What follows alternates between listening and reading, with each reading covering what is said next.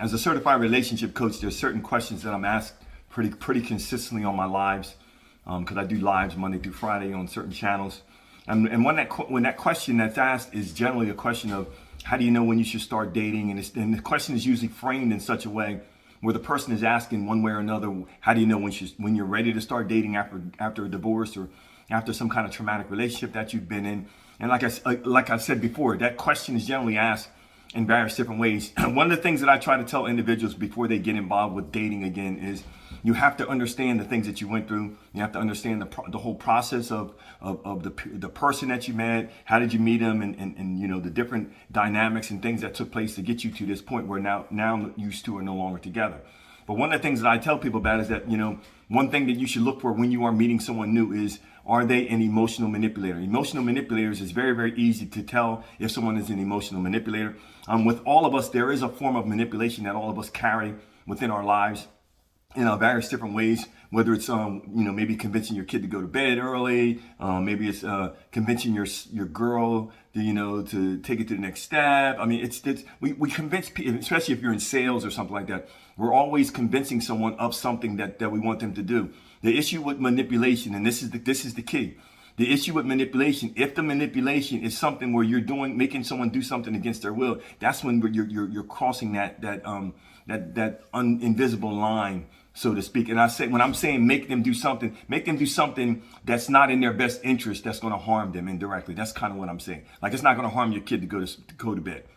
So my point is, there's 20 things that I'm going to go over. I'll probably go over like 5 to 10 of them on each video, depending on the length of the video, and then we'll just go from there. Thing number one, if you are with an individual that tries to control you, and the point that I want to make about control is that many individuals that you meet in a lot of the podcasts and a lot of the major individuals that have you know, content on relationships, they talk about control. And one of the mindsets and one of the things that I often hear, which I would ask people to reconsider, because I think that they're missing the mark. Controlling someone isn't asking your spouse not to wear something. That's not controlling someone. That's asking your spouse. That's part of the consideration to me that I should have for you if we're in a relationship, and you should have for me. It should be vice versa. Because the thing that I'm doing, I'm not doing something to harm you. I'm doing something to ask you not to do something. Because why? Because you're extremely attractive. You know, you look, you know, very seductive in that outfit. If you wear that outfit out in public, then there's a good chance that somebody might come up and there might be some disrespectful actions that are taking place. Then you're going to put me in a precarious position. And I'm just using this as an example. There's a difference between someone that is trying to control you and someone that is actually asking you, like, yo, babe, you know, maybe you should consider not wearing that because of X, Y, and Z, A, B, C. If they're trying to control you, they're not going to ask you. They're going to tell you in so many words, you're not wearing that. This is what I want. They're going to dictate to you the things that you want to do. So if you have a person that's cordial enough to be and respectful enough to come to you in a mannerism of resolution and a mannerism of asking, you know, is there a way that we can work through this and figure this out? You know, because I want you to be respectful to me and my wishes, but I also want to be respectful to you, because one of the most important things is, in a relationship, we are no longer solo. We're no longer solo. We've decided that I want to join in and connect in with someone else. When I connect in with someone else, part of that is I'm going to be in the maturity level enough to ask this individual, yo, do you mind if I, you know, me and my boys, we're going to go, you know, on this fishing trip, so I'm going to acknowledge my person, because that's part of being in a relationship. I'm not just going to jump up and go do something. And it's the same thing with the things, you know, if there's major changes to our look, you know, to me, the courteous thing or the respectful thing is to acknowledge that person, because you're tied to that person. If you're in a relationship, whether it's boyfriend or girlfriend, or you're actually married to that person. So my next point is, you know, they're going to make you feel guilty. If you decide to do something outside of, or that's your person doesn't want you to do, if it's the wrong person, they're going to try to make you feel guilty. They're going to make you feel guilty, you know, based upon you not agreeing with them.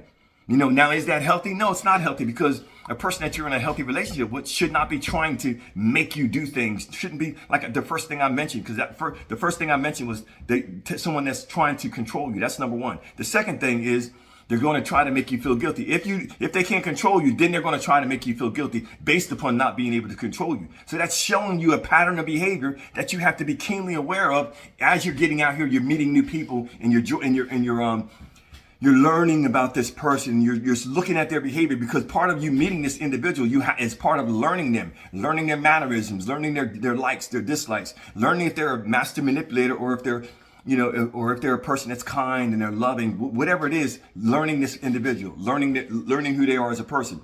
Number three, in the process of all this person trying to control you as number one. Number two, them making you feel guilty. Number three, if they, in the process of that, they belittle you, and belittle you in such a way that they belittle your opinion, like they make it as if your opinion isn't important. That's a person that's showing you based upon their behavior. I didn't say based upon their words, because their words will be very, very eloquent. Their words will be the type of words where they're going to tell you all of the things that you want to hear. They're going to tell you, I love you, and I think you're so great. You're the prettiest girl I ever met, and I like being intimate with you. I like this, and I think you're this. And they're going to give you all these compliments, and they're going to tell you everything that you want to hear. But at the end of the day, if they are an individual that is not, first of all, in a place where, if they're belittling the things that you're saying, and they're not actually understanding or coming from a place where they're willing to shut down. We have 2 ears and 1 mouth for a reason. If they're not willing to shut down and at least listen to you, consider what you're saying, because a relationship isn't an individual sport. It's not something that you're doing alone. It is something that I am in conjunction or in combination with another individual. And based upon being in this relationship with another person, I have to come from a place where I got to at least hear what they have to say. Does that mean that I'm going to agree with everything they say? Of course not, because we are individuals. We're not the same.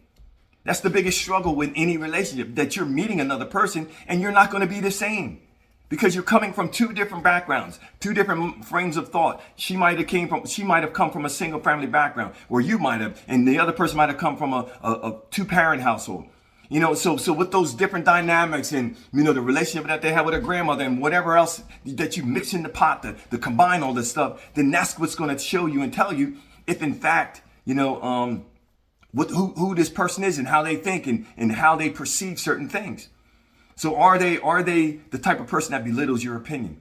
Someone that belittles your opinion is someone that is showing you that what you say and what you think is not important to them. And if I'm not willing to listen to you, and not only with that, but if on top of that, I'm going to belittle you. So basically, I'm going to make what you're saying as if it's nothing, it's insignificant. Then how important do you actually think that you are to me? That's a good question. I think that's a question that all of us should ask as we're getting in these relationships and as we're considering people that we want to be involved with. That's the 4th thing. Number 5, or they may, in the process of all this, they're going to make you feel inferior. If someone is belittling your opinion, they're going to make you feel inferior. They're going to definitely be like, number 1, they're going to control you, and they're going to make you feel guilty. And on top of it, they're going to come from a place of belittling you, making you like you're somebody that's not important. But I'm here today to tell you that you're very important. You're extremely important. The things that you're doing, where you're going, your life, your thinking, your thoughts, it's very important, because there's a specific purpose on this earth for you. 5th thing, they're always going to play the victim. A person that is a master manipulator, they're going to always play the victim. So this is why you have to listen to people's stories very, really, really, really closely. What are they saying? If you listen to their stories and everything in their stories is about what someone has done to them, and there is no victory or no triumphing and no lessons and no learning and no overcoming and no triumphing, then this person is telling you that they are a victim. If every story they have that they are the victim, then I would watch them very, very, very, very closely.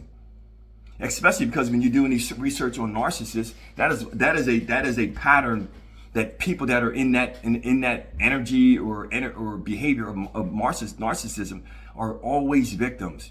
It's always everybody else's fault. Somebody that's a victim is someone that can never take responsibility for things that happen. So if they can never take responsibility and you're in a relationship with them, what's going to happen is you're going to be the one that's going to take all of every argument and every discussion and everything that happens, it's going to be your fault. And think about how you're going to feel and everything is your fault. Because you're going to know internally that it's not your fault. Energetically, you're going to feel that and know that it is not your fault, that it's not my fault.